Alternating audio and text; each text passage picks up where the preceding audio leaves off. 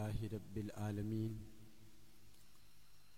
والعاقبۃ للمتقین الصلاۃ والسلام علی اشرف الانبیاء والمرسلین وخاتم النبیین وعلی آلہ واصحابہ اجمعین۔ قال اللہ تبارک و تعالی فی الکلام المجید والفرقان الحمید یرفع اللہ الذین آمنوا منکم والذین اوتوا العلم درجات واللہ بما تعملون خبیر۔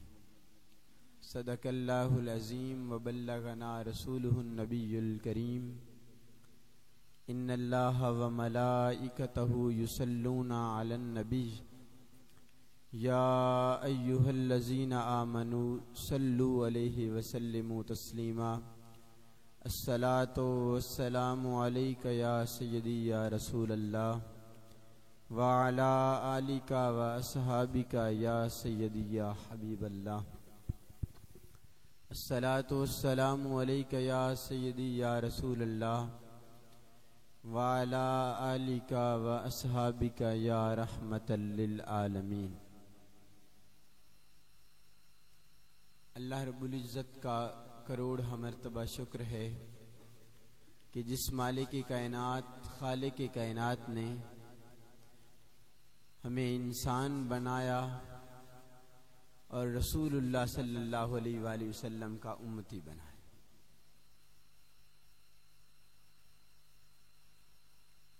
دنیا کے اندر ہر شخص کوئی نہ کوئی اپنے حساب کا کام کر رہا ہے،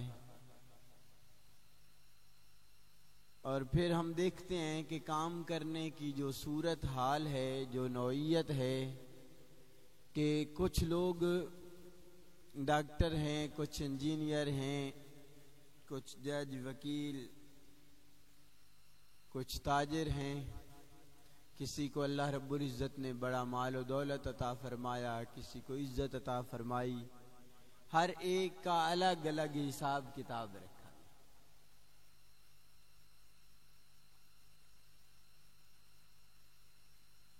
پھر اس کی دوسری جو صورت حال سامنے آئی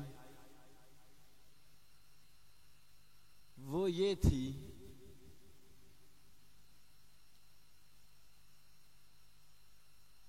کہ کچھ لوگ کسی کو دیکھتے ہیں تو دیکھ کے بات ذہن کے اندر اور دل کے اندر یہی آتی ہے کہ کاش میں بھی اس طرح کا ہوتا۔ اب یہاں دو تین صورتیں ہیں، بڑی آسانی سے بات سمجھ آ جائے گی کہ جس طرح کی کوئی خواہش رکھتا ہے، جب اسے اس طرح کی چیز نظر آتی ہے تو پھر وہ دل کے اندر خواہش اس کے پیدا ہونا شروع ہو جاتی ہے کہ کاش میں بھی اس طرح کا ہوتا۔ اگر کوئی مال و دولت کی لالچ رکھتا ہے، خواہش رکھتا ہے، تو جب وہ مال والے کو دیکھتا ہے تو اس کے دل کے اندر یہ خواہش پیدا ہوتی ہے کہ کاش میرے پاس بھی اتنا مال ہوتا۔ کسی کو کسی بلند عہدے پہ دیکھتا ہے، کسی کو بڑے مرتبے پہ دیکھتا ہے، تو مرتبے پہ دیکھ کے، کسی کو بلند عہدے پہ دیکھ کے دل کے اندر یہ خیال پیدا ہوتا ہے کہ کاش میرے پاس بھی یہ عہدہ ہوتا۔ لیکن وہ چیز جس چیز کے بارے میں رسول اللہ صلی اللہ علیہ وآلہ وسلم نے ارشاد فرمایا کہ رشک کرنا ہے تو صرف دو شخصوں پہ کیا جائے۔ اگر دل کے اندر خواہش پیدا کرنی ہے کہ میں فلاں بن جاؤں، میں ایسا بن جاؤں، میں ایسا بن جاؤں، فرمایا اگر خواہش کرنی بھی ہے تو پھر دو خواہشیں رکھو، دو شخصوں پہ رشک کرو۔ پہلی جو چیز رسول اللہ صلی اللہ علیہ وآلہ وسلم نے ارشاد فرمائی، حضرت عبداللہ بن مسعود رضی اللہ تعالیٰ عنہ اس حدیث کے راوی ہیں کہ رحمت کونین سرور دو عالم صلی اللہ علیہ وآلہ وسلم نے ارشاد فرمایا کہ پہلا قابل رشک شخص وہ ہے کہ رجل اتاہ اللہ مالا فسلط علی ہلکتہ فی الحق، فرمایا سب سے پہلا وہ شخص قابل رشک ہے اس پہ رشک کرنا چاہیے۔ فرمایا جسے اللہ رب العزت نے دنیا کا مال عطا فرمایا اور پھر وہ اللہ کے راستے میں خرچ کرتا ہے۔ دوسرا، رسول اللہ صلی اللہ علیہ وآلہ وسلم نے ارشاد فرمایا وَرَجُلٌ آتَاهُ اللَّهُ الْحِكْمَةَ فَهُوَ يَقْضِي بِهَا وَيُعَلِّمُهَا۔ فرمایا دوسرا وہ شخص ہے جسے اللہ رب العزت نے دین کی سمجھ بوجھ عطا فرمائی ہے، جسے اللہ رب العزت نے حکمتوں والا ذہن عطا فرمایا ہے، اور پھر وہ اس کے ذریعے لوگوں کے درمیان فیصلے کرتا ہے اور لوگوں کو علم سکھایا کرتا ہے۔ فرمایا اگر رشک کرنا ہے تو ان دو لوگوں پہ رشک کیا جائے۔ اور یہاں جو حدیث پاک کے لفظ ہیں وہ یہ ہیں کہ صرف انہی دو لوگوں پہ رشک کیا جائے۔ مطلب کہنے کا یہ تھا کہ کوئی اور اس قابل ہی نہیں کہ کسی پہ رشک کیا جا سکے۔ اگر کوئی دل کے اندر خواہش پیدا کرے کسی کو دیکھ کے تو وہ یہی ہے کہ کسی کو دیکھے وہ اگر اللہ کے راستے میں مال خرچ کر رہا ہے تو بندے کے دل کے اندر یہ خواہش پیدا ہونی چاہیے کہ یا اللہ تو نے اسے مال عطا فرمایا ہے، مجھے بھی مال عطا فرما تاکہ میں تیرے راستے پہ خرچ کر سکوں۔ دوسری یہ خواہش پیدا ہونی چاہیے کہ اے مالک الملک اس شخص کو تو نے علم عطا فرمایا ہے، مجھے بھی علم عطا فرما تاکہ میں لوگوں کے درمیان اس علم کی خیرات کو بانٹ سکوں۔ اور یہ دونوں نعمتیں اللہ رب العزت کی عطا کردہ ہیں، جسے چاہے وہ عطا فرما دیتا ہے۔ اور حقیقت یہ ہے کہ رسول اللہ صلی اللہ علیہ وآلہ وسلم نے علم پہ بہت زیادہ زور دیا ہے، علم کے بہت زیادہ فضائل بیان کیے گئے ہیں، حتیٰ کہ قرآن مجید کے اندر اللہ رب العزت نے رسول اللہ صلی اللہ علیہ وآلہ وسلم کو ارشاد فرمایا کہ پیارے محبوب آپ دعا کیجئے کل رب زدنی علما، کہ اے میرے رب میرے علم میں اضافہ فرما دے، اے میرے رب میرے علم میں اضافہ فرما دے۔ حالانکہ کائنات کے اندر رسول اللہ صلی اللہ علیہ وآلہ وسلم کو اللہ کے بعد سب سے زیادہ جسے اللہ نے علم عطا فرمایا وہ ذات مصطفیٰ ہے، لیکن اس کے باوجود یہ دعا کی جا رہی ہے کہ رب زدنی علما، کہ اے میرے رب میرے علم میں اضافہ فرما دے۔ کہ ہر لمحہ یہ کس لیے تھا؟ ایک تو اپنی ذات کے لیے بھی، دوسرا لوگوں کو تبلیغ کرنے کے لیے، سمجھانے کے لیے کہ چاہے کوئی کتنا بڑا بھی عالم بن جائے پھر بھی وہ ہر وقت اپنے دل کے اندر یہ خواہش رکھے کہ میرا رب میرے علم کے اندر اور اضافے فرما دے، مجھے اور علم عطا فرما دے، مجھے اور حکمتیں عطا فرما دے۔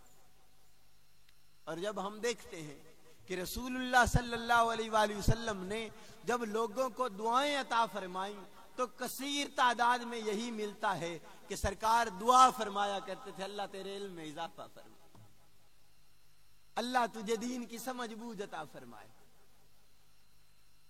روایت کے اندر موجود ہے کہ حضرت عبداللہ بن عباس رضی اللہ تعالیٰ عنہ، ان کے رسول اللہ صلی اللہ علیہ وآلہ وسلم کے ساتھ دو رشتے ہیں، ایک باپ کی طرف سے رشتہ ہے، ایک ماں کی طرف سے رشتہ ہے۔ حضرت عبداللہ بن عباس باپ کی طرف سے رسول اللہ صلی اللہ علیہ وآلہ وسلم کے چچا زاد بھائی ہیں، اور ماں کی طرف سے رسول اللہ صلی اللہ علیہ وآلہ وسلم کی زوجہ محترمہ حضرت میمونہ رضی اللہ تعالیٰ عنہ کے بھانجے۔ یہ دو رشتے تھے رسول اللہ صلی اللہ علیہ وآلہ وسلم کے ساتھ، اور یہ اکثر حضرت میمونہ اپنی خالہ کے گھر آیا کرتے تھے اور رسول اللہ صلی اللہ علیہ وآلہ وسلم کی خدمت کیا کرتے تھے۔ اب حضرت میمونہ اس حدیث کی راویاں ہیں، وہ بیان کرتی ہیں کہ حضرت عبداللہ بن عباس رضی اللہ تعالیٰ عنہ کہتی ہیں کہ ہمارے گھر آئے تو رسول اللہ صلی اللہ علیہ وآلہ وسلم کہیں باہر تشریف لے گئے۔ جب سرکار دو عالم صلی اللہ علیہ وآلہ وسلم واپس تشریف لائے تو حضرت عبداللہ بن عباس رضی اللہ تعالیٰ عنہ نے رسول اللہ صلی اللہ علیہ وآلہ وسلم کے لیے وضو کا پانی تیار کر کے رکھا تھا۔ سرکار دو عالم صلی اللہ علیہ وآلہ وسلم آپ تشریف لائے، آپ نے دیکھا کہ وضو کے لیے پانی تیار کر کے رکھا گیا ہے، تو سرکار دو عالم صلی اللہ علیہ وآلہ وسلم نے پوچھا کہ یہ پانی کس نے تیار کر کے رکھا ہے؟ تو آپ کی بارگاہ میں عرض کی گئی یا رسول اللہ صلی اللہ علیہ وآلہ وسلم حضرت عبداللہ بن عباس نے آپ کے لیے پانی تیار کیا. سرکار دو عالم صلی اللہ علیہ وآلہ وسلم کا دل خوش ہوا. آپ نے دعا فرمائی اللہم فقہ فی الدین, اور دوسری روایت کے اندر ہے اللہم فقہ فی الدین وعلمہ التاویل. رسول اللہ صلی اللہ علیہ وآلہ وسلم نے دعا فرمائی یا اللہ اس کو دین کی سمجھ بوجھ عطا فرما دے, اس کو قرآن کا مفسر بنا دے, قرآن کی تعویل کرنے والا بنا دے. ایک دوسری روایت کے اندر آتا ہے یہ تو تھا خدمت کرنا. دوسری روایت اس طرح ملتی ہے کہ حضرت عبداللہ بن عباس رضی اللہ تعالیٰ عنہ آپ اپنی خالہ حضرت میمونہ کے ہاں موجود ہیں. رسول اللہ صلی اللہ علیہ وآلہ وسلم بھی وہاں تشریف فرما تھے. اب حضرت عبداللہ بن عباس رضی اللہ تعالیٰ عنہ جب رسول اللہ صلی اللہ علیہ وآلہ وسلم آپ نماز پڑھنے لگے تو حضرت عبداللہ بن عباس رضی اللہ تعالیٰ عنہ نے بھی وضو کیا اور رسول اللہ صلی اللہ علیہ وآلہ وسلم کے پیچھے کھڑے ہو کے نماز پڑھنا شروع کر. سرکار دو عالم صلی اللہ علیہ وآلہ وسلم آپ نے حضرت عبداللہ بن عباس رضی اللہ تعالیٰ عنہ کو پکڑ کے اپنے ساتھ کھڑا کر دیا. اب یہاں فقہ کا ایک مسئلہ یاد رکھیں کہ اگر دو شخص نماز پڑھ رہے ہیں, ایک امام ہے اور ایک اس کے ساتھ مقتدی ہے, تو اصول یہ ہے کہ امام کھڑا ہوگا اور مقتدی اس کے دائیں جانب اس کے بالکل ساتھ کھڑا ہوگا برابر میں. یہ فقہ کا اصول اور مسئلہ ہے اگر دو شخص ہیں صرف جماعت کے اندر, ایک امام اور ایک مقتدی ہے. اب رسول اللہ صلی اللہ علیہ وآلہ وسلم نے وہ مسئلہ بھی سمجھا دیا. حضرت عبداللہ بن عباس رضی اللہ تعالیٰ عنہ آپ فرماتے ہیں کہ جب رسول اللہ صلی اللہ علیہ وآلہ وسلم کا دھیان ہٹا, آپ کا دھیان پھر نماز کی طرف ہوا, میں اپنے پاؤں گھسیٹتا ہوا پھر پیچھے چلا گیا. ادب مصطفیٰ کے اندر, تعظیم مصطفیٰ کے اندر, محبت مصطفیٰ کے اندر حضرت عبداللہ بن عباس کہتے ہیں میں پھر پیچھے چلا گیا, پھر پیچھے کھڑا ہو گیا. جب نماز ختم ہوئی تو رسول اللہ صلی اللہ علیہ وآلہ وسلم نے ارشاد فرمایا ما شانو اجعلو کا ہزائی فتنحس. فرمایا کہ عبداللہ کیا مسئلہ ہو گیا ہے کہ میں تجھے اپنے برابر کھڑا کرتا ہوں, تو پھر پاؤں گھسیٹ کے پیچھے ہو جاتا ہے. تو حضرت عبداللہ بن عباس رضی اللہ تعالیٰ عنہ آپ نے عرض کی یا رسول اللہ صلی اللہ علیہ وآلہ وسلم او ینبغی لأحد ان یصلی حذاک وانت رسول اللہ صلی اللہ علیہ وآلہ وسلم الذی آتاک اللہ. یہ حضرت عبداللہ بن عباس رضی اللہ تعالیٰ عنہ نے جواب دیا. عرض کی یا رسول اللہ صلی اللہ علیہ وآلہ وسلم کسی کی اتنی ہمت کہ وہ آپ کے برابر میں کھڑا ہو جائے. اللہ رب العزت کے آپ رسول ہیں, اللہ نے وہ کچھ آپ کو عطا فرمایا جو کائنات کے اندر کسی کو نہیں عطا فرمایا. فرمایا میری مجال کے میں آپ کے برابر کھڑا ہو جاؤں. جب یہ ادب کیا, یہ تعظیم کی, تو رسول اللہ صلی اللہ علیہ وآلہ وسلم نے پھر دعاؤں سے نواز دیا. پھر ارشاد فرمایا رسول اللہ صلی اللہ علیہ وآلہ وسلم نے آپ کے لیے دعا فرمائی این یزیدنی علما و فہما, کہ یا اللہ اس کے علم کے اندر بھی برکتیں پیدا فرما, اس کی فہم کے اندر بھی برکتیں پیدا فرما. اور پھر یہ بات یاد رکھیں, یہ اصول ہے کہ جب کوئی شخص کسی کا دل خوش کرتا ہے تو پھر جو اس کے دل سے دعا نکلتی ہے وہ ضرور اثر رکھتی ہے. علامہ اقبال کا شعر ہے نا, دل سے جو بات نکلتی ہے اثر رکھتی ہے, پر نہیں طاقت پرواز مگر رکھتی ہے. اور یہاں تو رحمت کونین ہے, محبوب خدا ہے, سرور دو عالم صلی اللہ علیہ وآلہ وسلم ہیں, وہ دعا فرما رہے ہیں. اور پھر دعا کا اثر کیا ہوا, جب فاروق اعظم رضی اللہ تعالیٰ عنہ آپ بیٹھا کرتے منبر پہ, جب لوگوں سے مشورہ کرتے تو مشورے کے اندر حضرت عبداللہ بن عباس رضی اللہ تعالیٰ عنہ کو شامل کیا کرتے تھے. اب لوگوں نے سوال کرنا شروع کر دیا کہ عمر آپ اتنے دانا آدمی ہیں کہ بڑے بڑے لوگوں کے اندر آپ ایک بچے کو بٹھا دیا کرتے ہیں, آپ کو نہیں پتا کہ یہ ابھی تک بچہ ہے. حضرت فاروق اعظم رضی اللہ تعالیٰ عنہ نے جواب ارشاد فرمایا. حضرت فاروق اعظم نے کہا کہ کیا تم یہ بچہ سمجھ رہے ہو؟ فرمایا ذالک فتل کہول ان لہو لسانا سؤولا وقلبا عقولا فرمایا یہ وہ بچہ ہے جسے اللہ رب العزت نے بزرگوں والا عقل عطا فرمایا ہے، جسے اللہ رب العزت نے سمجھنے والا دل عطا فرمایا ہے، سوال کرنے والی زبان عطا فرمائی ہے، اللہ نے اسے ایسا قلب عطا فرمایا ہے، اسے ایسا روشن ذہن عطا فرمایا ہے کہ یہ بڑے بڑے لوگوں کے پاس بیٹھ کے بڑوں والی باتیں کیا کرتا ہے۔ اور حقیقت بات یہ تھی کہ کوئی بھی ایسی آیت مبارکہ، حضرت عبداللہ بن عباس فرمایا کرتے تھے کہ جس بھی آیت مبارکہ کے بارے میں مجھ سے پوچھنا چاہو میں تمہیں تفسیر بیان کر سکتا ہوں۔ اور سب سے پہلے مفسر قرآن حضرت عبداللہ بن عباس رضی اللہ تعالیٰ عنہ، اس لیے کہ انہوں نے رسول اللہ صلی اللہ علیہ وآلہ وسلم کی خدمت کی، آپ کی تعظیم کی، محبت کی۔ اب یہاں اصول علماء نے بیان فرما دیا، فرمایا جب کوئی شخص تعظیم مصطفیٰ کرتا ہے، جب کوئی شخص ادب مصطفیٰ کرتا ہے، جب کوئی شخص خدمت دین مصطفیٰ کرتا ہے، اس کے صدقے اللہ رب العزت کا محبوب اسے دعاؤں سے نواز دیا کرتا ہے۔ اور یہاں اصول یہ بھی یاد رکھ لیں، یہاں کوئی یہ بات نہیں کہ اس زمانے کے اندر تو سرکار دعائیں دیتے تھے، اب نہیں دے سکتے۔ حدیث پاک کا مفہوم ہے، صحیح حدیث ہے، سرکار دو عالم صلی اللہ علیہ وآلہ وسلم نے ارشاد فرمایا میرا دنیا کے اندر رہنا بھی تمہارے لیے بہتر تھا، میرا دنیا سے چلے جانا بھی تمہارے لیے بہتر۔ فرمایا کہ تمہارے اعمال میری بارگاہ میں پیش کیے جاتے ہیں، فرمایا جب میں تمہارے اچھے عمل دیکھتا ہوں تو خوش ہو جاتا ہوں، اور جب برے عمل دیکھتا ہوں تو اللہ رب العزت کی بارگاہ میں تمہارے لیے دعائیں کرتا۔ جب کوئی شخص محبت مصطفیٰ کرے گا، ادب مصطفیٰ کرے گا، خدمت دین مصطفیٰ کرے گا، کیا اسے بارگاہ مصطفیٰ سے دعائیں نہیں ملیں گی؟ اسے ضرور رسول اللہ صلی اللہ علیہ وآلہ وسلم کے خزانہ رحمت سے نوازا جائے گا، اسے جھولیاں بھر بھر کے عطا کیا جائے گا۔ یہ تو اصول بھی اسی طرح ہے کہ جو اس درگاہ پہ آ جاتا ہے، جو اس دربار میں آ جاتا ہے، خدمت کرتا ہے، ادب کرتا ہے، اسے ضرور عطا فرمایا جائے۔ تو دین کی بڑی برکتیں ہیں، دین کے اندر رسول اللہ صلی اللہ علیہ وآلہ وسلم نے ہر لمحہ لوگوں کو دین عطا فرمایا۔ اور یہاں یہ مسئلہ یاد رکھیں کہ جو کوئی چیز کسی کو پیاری ہوتی ہے، جو کوئی چیز کسی کو اچھی لگتی ہے، وہی وہ شخص آگے دوسروں کے لیے دعا کیا کرتا۔ اب ایک شخص مال کو زیادہ پسند کرتا ہے تو کوئی شخص اس کا دل خوش کرے گا تو وہ اسے یہی دعا دے گا اللہ تیرے مال کے اندر برکتیں پیدا فرما۔ لیکن وہ سرور کونین صلی اللہ علیہ وآلہ وسلم تھے جو علم سے زیادہ محبت کرتے تھے، اس لیے جب دعا ارشاد فرمائی تو علم کے اندر اضافے کی ہمیشہ دعا فرمائی۔ لوگوں کو جب نصیحتیں فرمائیں، جب وصیتیں فرمائیں تو علم کے اضافے کی وصیتیں فرمائیں، جب دعائیں دیں تو علم کے لیے دعائیں دیں۔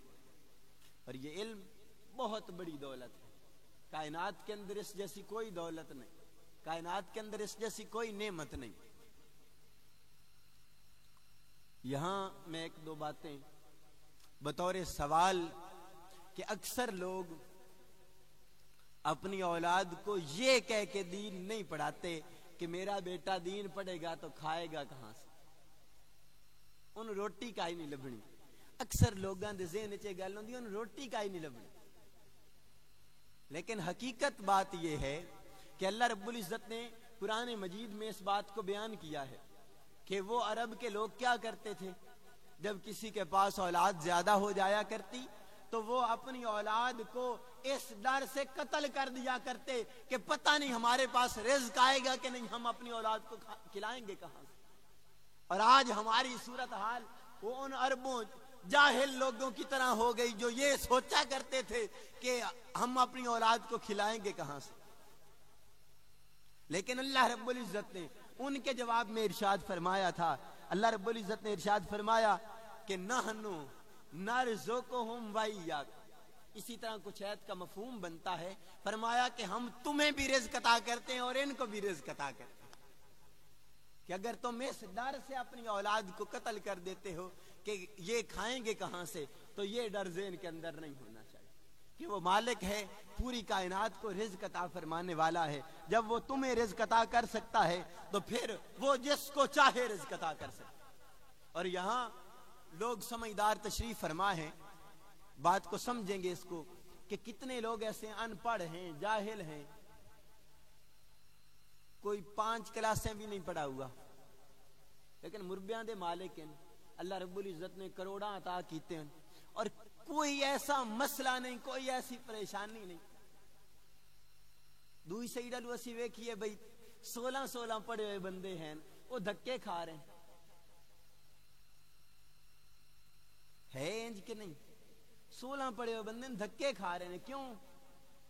بھئی یہ مالک دی مرضی ہے۔ اللہ رب العزت نے قرآن مجید میں ارشاد فرمایا، ان ربک یبسط الرزق لمن یشاء ویقدر، کہ اللہ رب العزت جس کے لیے چاہتا ہے رزق کی فراوانی کر دیتا ہے، جس کے لیے چاہتا ہے رزق کو تنگ کر دیتا ہے۔ وہ تو مالک ہے، جسے چاہے جتنا عطا کر دے۔ اب کون ہے جو اللہ رب العزت کی بارگاہ میں انگلی اٹھانے والا ہے؟ کسی کی ہے جرت جو اعتراض کر سکے؟ جب یہاں اعتراض نہیں کر سکتا تو پھر یہ کیوں سوچتا ہے کہ میرا بیٹا دین پڑھ جائے گا تو کھائے گا کہاں سے؟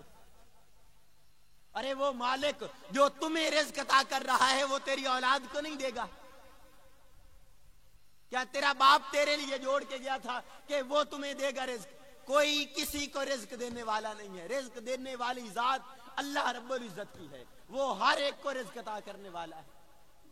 لیکن یہ انسان کی خام خیالی ہے، وہ یہی سوچتا رہتا ہے، ہر وقت اس کی یہی ذہن کے اندر بات رہتی ہے کہ میں اپنے بالاں دا رازق ہاں، میں اپنے بالاں نوں روٹی دیونی ہے۔ تو اپنے بالاں دا رازق کوئی نہیں، تو اپنے بالاں روٹی دیون والا نہیں۔ اللہ رب العزت ہے جو پوری کائنات کو رزق عطا فرمانے والا ہے، وہی ہے جو سب کو رزق عطا کرتا ہے۔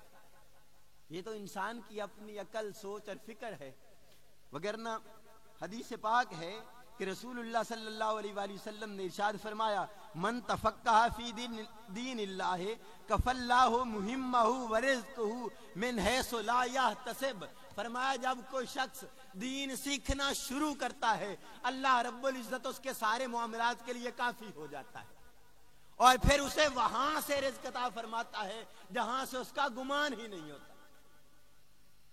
یہ حقیقت ہے کہ اللہ رب العزت علم سیکھنے والوں کو وہاں سے رزق عطا فرماتا ہے جہاں سے گمان ہی نہیں۔ اس لیے اگر کوئی شخص یہ دل کے اندر رکھتا ہے وہم، یہ دل کے اندر سوچ رکھتا ہے کہ میرا بیٹا کھائے گا کہاں سے، دین پڑھ جائے گا تو کھائے گا کہاں سے، حقیقت یہ ہے کہ اللہ رب العزت دین والوں کو اتنا رزق عطا فرماتا ہے کہ دنیا دار منہ تکتے رہ جاتے ہیں۔ لیکن یہ بات یاد رکھ لیں کہ رزق کی وجہ سے دین کی طرف نہیں، اللہ رب العزت کی رضا کے لیے دین سیکھنا چاہیے، اللہ رب العزت کو خوش کرنے کے لیے دین سیکھنا چاہیے۔ اللہ رب العزت کی بارگاہ کے اندر یہ سارے معاملات اپنی رضا، اگر اللہ راضی ہو جائے تو پھر سارے کے سارے معاملات خوبصورت ہو گئے، لیکن اللہ راضی نہ ہوا تو پھر کسی کام کا کوئی فائدہ نہ ہو۔ دنیا کو دکھانے کے لیے عالم بننے کی کوئی ضرورت، دنیا کو دکھانے کے لیے حافظ بننے کی نہیں، اللہ کو دکھانے کے لیے بندہ دین سیکھے۔ جب اللہ کو راضی کرنے کے لیے دین سیکھے گا تو پھر سارے کے سارے معاملات خوبصورت ہو جائیں گے۔ سید توکل شاہ امبالوی رحمت اللہ تعالی علیہ، آپ کی بارگاہ کے اندر ایک شخص آیا، ایک حافظ قرآن آیا، اور آ کے عرض کرنے لگا کہ حضور میں نے قرآن حفظ کیا ہے، اب مجھے کوئی مسجد نہیں مل رہی، اب میرے پاس کوئی ذریعہ نہیں کہ جس ذریعے سے میں روزی کماؤں۔ تو سید توکل شاہ امبالوی رحمت اللہ علیہ نے ارشاد فرمایا کہ جاؤ دریا کے کنارے روزانہ 1.25 سپارہ قرآن پڑھ کے آیا کرو، جس کے لیے قرآن پڑھا ہے اب جا کے اسے سنایا کرو۔ آپ فرماتے ہیں کہ وہ شخص روزانہ جاتا 1.25 پارہ قرآن دریا کے کنارے پڑھ کے آ جایا کرتا۔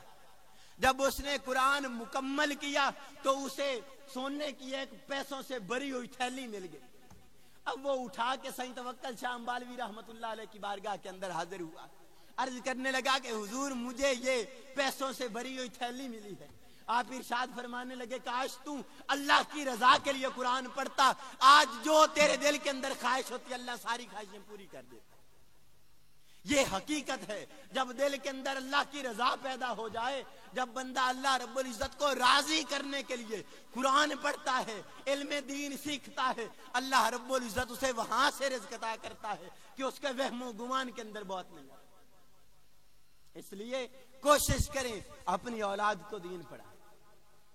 ضرور آپ اپنے بچوں کو ڈاکٹر بنائیں, انجینئر بنائیں, وکیل بنائیں, جج بنائیں, لیکن جو ہمارا معاشرے کی اس وقت صورت حال ہو چکی ہے, اس وقت کے حساب سے اپنے بچوں کو حافظ قرآن اور عالم دین بنانا بہت زیادہ ضروری ہو گیا. معاشرہ دن بدن تباہی اور بربادی کی طرف جا رہا ہے. دین سے دوری لوگ گمراہ کرنے کے لیے تیار ہیں. کالجز, یونیورسٹیز کے اندر اس طرح کے گروپ بن چکے ہیں جو لوگوں کو دین سے دور کر رہے ہیں, الہاد اور استشراق کی طرف لے کے جا رہے ہیں لوگوں کو. اس وقت کے لیے دین کی بہت زیادہ ضرورت ہے. اس لیے کوشش کرو خود دین سیکھو, اپنی اولاد کو دین پڑھاؤ, اپنے بچوں کو حافظ قرآن بناؤ, اپنے بچوں کو عالم دین بناؤ. تمہارا بیٹا حافظ قرآن بن جائے گا, تمہارا بیٹا عالم دین بن جائے گا, اس کے بعد اسے جو چاہے مرضی بناؤ, اسے ڈاکٹر بناؤ, انجینئر بناؤ, جو مرضی بناؤ. جب وہ عالم دین ہوگا تو اسے دین کا شعور ہو جائے گا, اسے پتہ چل جائے گا کہ دین کی حقیقت اور اصلیت کیا ہے. اور یہ بات بھی یاد رکھیں, جو معاشرے کی صورت حال ہو چکی ہے کہ جو اولاد ہے وہ اپنے والدین کا کہنا نہیں مانتی, بات نہ سنتی ہے نہ سمجھتی ہے, اور ماں باپ رو رہے ہیں.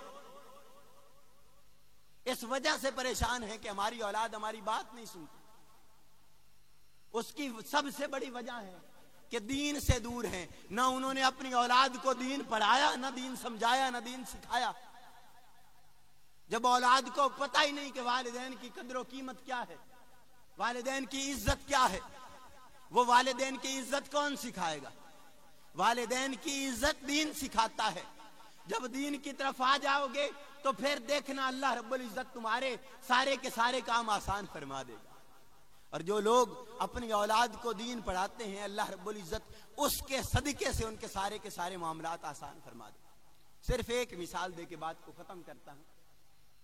لاہور کے اندر ایک شخص اداکار ہوا ہے, اس کے 5 بیٹے تھے, اس نے اپنے 4 بیٹوں کو اداکار بنایا. اس کا جو 5واں بیٹا تھا اس نے کہا کہ ابا جی میں نے حافظ قرآن بننا ہے. اس کا 5واں بیٹا حافظ قرآن بنا, پھر وہ عالم دین بنا. وہ جو اس کے 4 بیٹے تھے جنہیں اس نے اداکار بنایا تھا, وہ ایک وقت ایسا آیا کہ وہ چاروں کے چاروں بیٹے اسے چھوڑ گئے. وہ حافظ قرآن آیا, اس نے اپنے والد کو اٹھایا, اپنے گھر لے کے آیا, اس کی خدمت کرنا شروع کی. اس کی وجہ سے اس اداکار نے مسجد کے اندر جانا شروع کر دیا, نمازیں پڑھنا شروع کر دی. اب لوگ اس سے پوچھتے بھائی جناب سناؤ کیا صورت حال ہے؟ وہ کہتا ہائے افسوس, کاش میں خود دین پڑھتا, اپنے سارے بیٹوں کو دین پڑھاتا. مجھے تو سمجھ ہی آج لگی ہے کہ جب میرا ایک بیٹا حافظ قرآن بنا ہے, ایک بیٹا عالم دین بنا ہے, میں صحیح مسلمان ہو گیا ہوں. اس کی وجہ سے میں نے نمازیں پڑھنا شروع کر دی, اس کی وجہ سے میں اچھے کام کی طرف آ گیا ہوں. آپ بھی کوشش کرو, اپنی اولاد کو نیک بنا دو, اپنی اولاد کو عالم دین بناؤ, اپنی اولاد کو حافظ قرآن بناؤ. اللہ رب العزت اس کے صدقے سے, اس حافظ قرآن کے صدقے سے, اس عالم دین کے صدقے سے کبھی تمہارے گھر کے اندر روٹی روزی کا کوئی مسئلہ نہیں بنائے گا. اللہ اتنا رزق عطا فرمائے گا کہ کبھی کمی نہیں رہے گی, اور اللہ اتنی عزتیں عطا فرمائے گا, اللہ رب العزت اتنی شانیں عطا فرمائے گا جس کی کوئی مثال نہیں. حقیقی عزت, حقیقی شان وہ ساری کی ساری علم دین کے اندر ہے. باقی دنیا کی جو عزت ہے, دنیا دی ٹور ایدا کوئی فائدہ نہیں. حقیقی ٹور, حقیقی عزت اللہ رب العزت نے دین کے اندر رکھی ہے. اس لیے کوشش کرو اپنی اولاد کو حافظ قرآن بناؤ, عالم دین بناؤ. اللہ رب العزت اس کے صدیے ہماری دنیا بھی سنوار دے گا, ہماری آخرت بھی سنوار دے گا. اللہ رب العزت کی بارگاہ میں دعا ہے اللہ رب العزت عمل کرنے کی توفیق عطا فرمائے. وما علینا الا البلاغ.